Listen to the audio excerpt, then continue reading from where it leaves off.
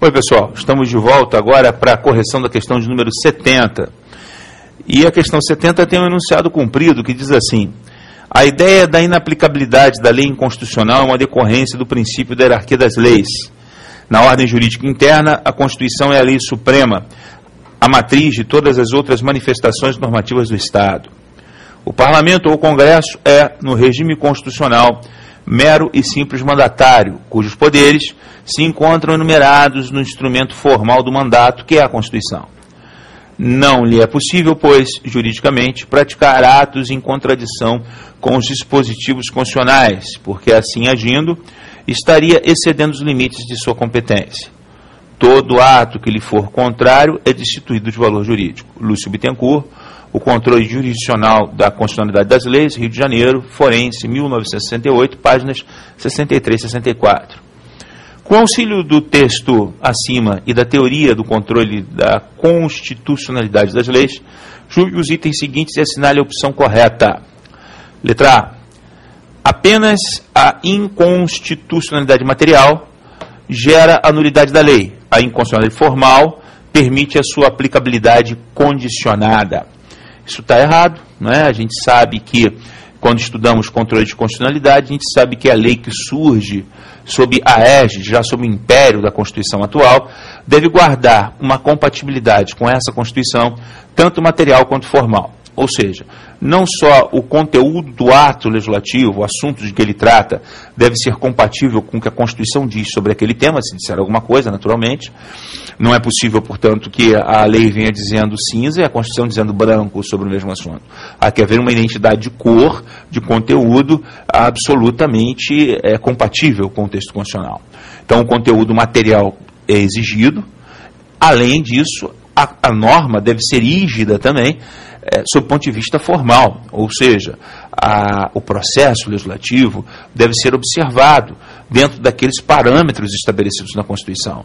Caso contrário, haveria ou haverá uma inconstitucionalidade formal, que pode ser um vício de iniciativa, portanto subjetiva, ou um vício de rito, portanto uma inconstitucionalidade objetiva. De qualquer maneira, essa compatibilidade deve ser total, tanto sob o ponto de vista do conteúdo, portanto, conteúdo material, o assunto, o tema, quanto sob o ponto de vista da forma, a iniciativa e a tramitação do projeto de lei que originou aquela lei. Então, a opção A não guarda correspondência com a realidade. A opção B. Qualquer juiz de primeira instância, ou qualquer turma ou órgão fracionário de tribunal pode proclamar a inconstitucionalidade de uma lei, no exercício do chamado controle difuso de constitucionalidade por via de exceção. Isso também não procede. Esse controle difuso de constitucionalidade pode ser exercido realmente por um juiz monocrático, mas não por órgãos fracionários de tribunais.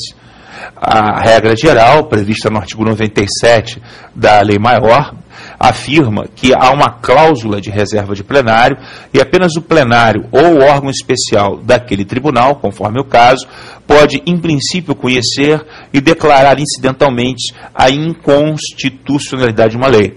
A única exceção reside no fato de já haver precedentes, e aí sim os órgãos fracionários dos tribunais poderão decidir sobre aquela questão. Sem precedentes, nada feito.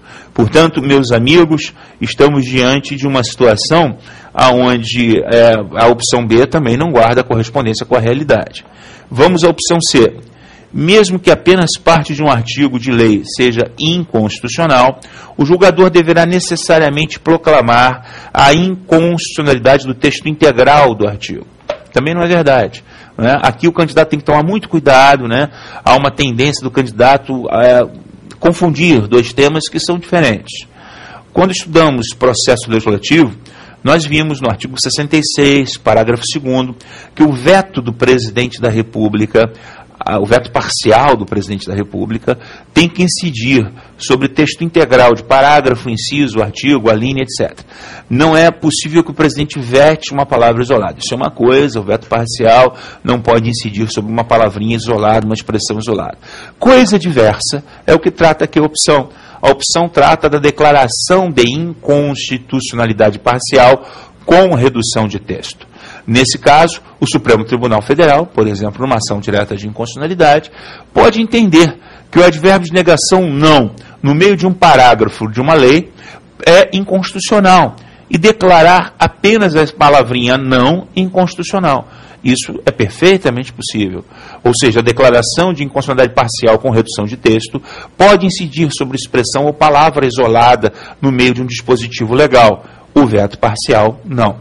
Se você não confundiu esses dois conceitos, então você com certeza não marcou a opção C como correta, porque é perfeitamente possível que o Supremo declare inconstitucional apenas uma palavrinha ou uma frase no meio de um dispositivo legal, desde que seja naturalmente provocado para isso.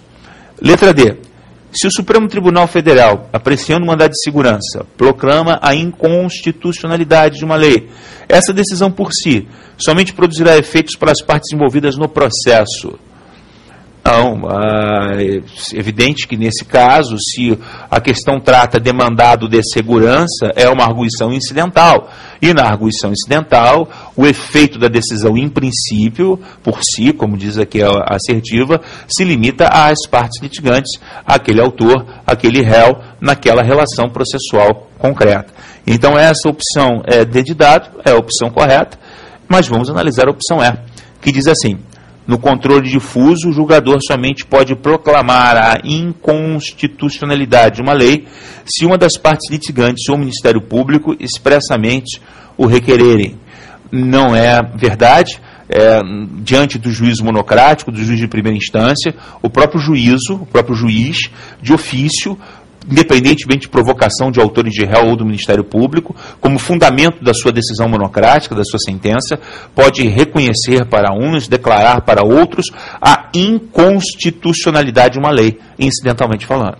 Então, isso não procede dentro dessa lógica, digamos assim, né? Acaba que nós temos uma inverdade nessa opção enfim. Então, no tribunal é que isso não é possível, tem que ser o plenário, enfim, depende de provocação, mas um juízo monocrático é perfeitamente possível que a decisão venha sem provocação das partes ou do Ministério Público. Portanto, a única opção cabível aqui é realmente a opção D de dado, questão 70, opção D de dado. Eu espero que eu tenha sido feliz na explicação. Questão 71. O direito de ampla defesa, juntamente com o princípio do devido processo legal, é garantido pela Constituição Federal com relação ao tema, ponto. Com relação ao tema, assinale a opção correta. Letra A. A garantia de ampla defesa é incompatível com a fixação de prazos para apresentação de provas e recursos no âmbito administrativo. Ao contrário, a ampla defesa ela é festejada pela existência de prazos. Se não existisse prazos, como se defender? Dentro de que limites essa defesa seria apresentada e aceita pelo órgão processante? Então, isso não faz o menor sentido. Letra B. Por força da garantia da ampla defesa, todas as provas requeridas pelo acusado devem ser admitidas pela autoridade que preside o processo contra ele aberto. Isso inviabilizaria o processo. O acusado, por exemplo, poderia solicitar a oitiva de uma testemunha que não é encontrada, está em lugar incerto e não sabido. E enquanto essa testemunha não fosse ouvida, o processo não prosseguiria. E isso ia beneficiar quem? O acusado, ia beneficiar, de certa forma, a sensação de impunidade. Então, a prova ela deve ser razoável e, muitas vezes, o ônus da prova ou de apresentação da prova incumbe a defesa, né? Letra C. As garantias constitucionais da ampla defesa e do devido processo legal têm aplicação exclusiva nos processos administrativos ou judiciais, em que alguém se acha na condição de acusado de infração administrativa ou criminal. Isso é outro absurdo. São todos os processos em geral, o texto constitucional é muito claro no artigo 5º, inciso 55, os processos, os acusados em geral, em qualquer processo, a ampla defesa e o contraditório vão estar ali presentes, não apenas nos processos criminais ou nos processos administrativos e disciplinares. Seria mitigar demais o alcance do contraditório da ampla defesa. Letra D de dado. Assim como o princípio do contraditório, a garantia da ampla defesa é uma decorrência do princípio segundo o qual as partes litigantes devem ter tratamento igualitário por parte do juízo processante. Preciso. Essa opção D ela é absolutamente precisa. né? Você tem aí uma ideia de isonomia, de igualdade de armas no processo. Tudo que o autor fala, o réu pode contraditar e vice-versa. Toda oportunidade probatória deferida a um ex-adversus será deferida a outro. É claro que essa igualdade de armas ela sofre algumas relativizações. A União ela tem alguns privilégios, tem o prazo em quadro para contestar, em dobro para recorrer, mas o Supremo já decidiu que isso não fere o contraditório em ampla defesa, mesmo nesses processos contra a Fazenda Pública envolvendo a União. Então a opção D de dado, ela me parece, né, a opção correta. E a opção E diz assim: ofende a garantia da ampla defesa a produção de prova testemunhal sem a presença do acusado, se este intimado à audiência, a ela não comparecer sem motivo justificado. Evidentemente que se o acusado perde a oportunidade de defender-se, o processo prosseguirá, incidirá aí o fenômeno da revelia, o processo vai prosseguir normalmente. Então a opção D de dado implica na única opção correta. Vamos para a questão de número 72. A respeito da classificação dos direitos e garantias fundamentais, assinale a opção correta. Letra A. Enquanto os direitos de prestação asseguram liberdades constitucionais, os direitos de defesa buscam garantir condições gerais para o desfrute efetivo dessas mesmas liberdades. Ora, dentro dessa classificação dos direitos e garantias fundamentais em direitos de defesa e direitos de prestação, e os direitos de prestação se subdividindo em direito de prestação jurisdicional e prestação material, no direito de defesa, se espera do Estado um comportamento passivo, omissivo, para que ele preserve esse direito. Então, há uma liberdade negativa do Estado para que ela se manifesta, para que o direito de defesa seja preservado. Então, o Estado não deve, por exemplo, legislar sobre liberdade de crença, sob pena de agredir um direito de defesa. Já os direitos de prestação, ao contrário, eles exigem do Estado uma atuação positiva, um agir, um fazer, para que esses direitos sejam usufruídos pelos indivíduos. Portanto, a letra A inverteu os conceitos. Onde você lê direito de defesa, você deve ler direito de prestação. Onde você lê direito de prestação, você deve ler direito de defesa. A opção está incorreta. Letra B. O traço característico dos direitos de defesa está na exigência por parte do Estado em conferir uma prestação positiva, um comportamento ativo, e não uma omissão. Me parece também bastante lógico isso, né? O direito de defesa tem essa característica de exigir uma prestação positiva, um comportamento ativo e não uma omissão. É exatamente o contrário, né? O direito de defesa, não, o direito de prestação. É o direito de prestação que vai exigir esse comportamento, o que inviabiliza a opção B também. Letra C.